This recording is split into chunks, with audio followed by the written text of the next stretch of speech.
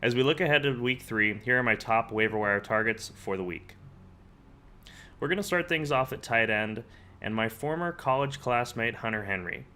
Now, even if you take away the touchdowns that he's already been scoring, he's still averaging nearly 13 fantasy points per game, which you can do a lot worse at tight end. You'll love to see that. He's getting consistent usage in this offense under Bill O'Brien, and I like him to continue moving forward.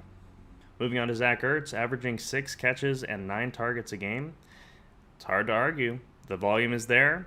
Obviously, he's getting dumped off too, but hey, those points add up in PPR. At the wide receiver position, I'm talking about Josh Reynolds. Now, people forget, or at least I forgot, this guy's played his entire career with Jared Goff, and it seems like that chemistry is really showing through the early part of this season so far. 6 targets, 5 catches last week. That yards per catch went down, which you like to see. Shows more consistency moving forward. And the touchdown upside is clearly there. I like him in deeper leagues. Tutu Atwell is up next, and similar to Josh Reynolds, you saw that yard per catch number go down quite a bit, which you'd love to see. 7 catches last week on 9 targets. I'll be honest, I was definitely not expecting this against San Francisco. And Puka Nacua, my goodness, superstar alert there. But the fact that Tutu Atwell put up the numbers he did as well against San Francisco gives me a lot of confidence with him moving forward. Hey, back-to-back weeks and we're still talking about Robert Woods. I think there really is something here. 6 catches on back-to-back weeks, double-digit targets nearly every week. He's getting utilized in this offense. Obviously, it's not a lot of ceiling with Robert Woods, but in deeper leagues, this is a usable flex player. So Robert Woods, keep him in your lineup. And then Tank Dell is my last receiver that I want to talk about. Another Houston receiver.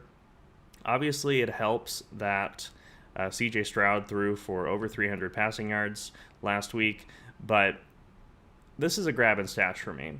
Obviously, 10 targets, 7 catches, you like that volume.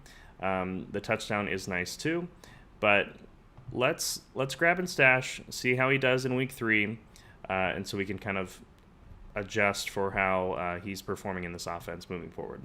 Now, Saquon Barkley, his MRI came back negative.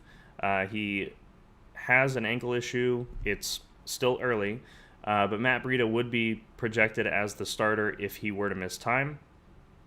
That being said, at San Francisco, I'm not convinced that Breida is going to be very useful for your fantasy lineup. I talked about this last week with Joshua Kelly against Tennessee. Hopefully you listened to that and didn't start him because he did not perform well at all given the matchup.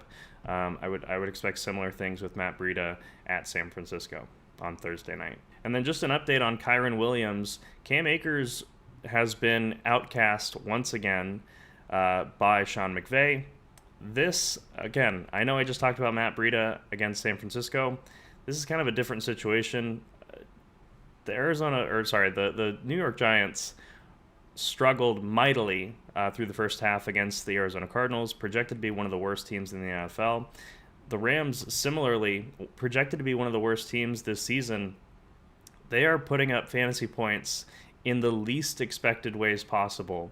Matthew Stafford is really running the show, and it's good to see him healthy again. But yeah, Cam Akers is on the outs.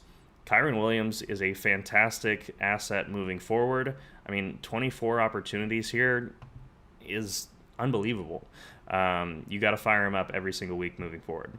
Well, that's going to wrap things up for this one. Thank you all for watching the video. Hope you enjoyed. Until next time, bye-bye.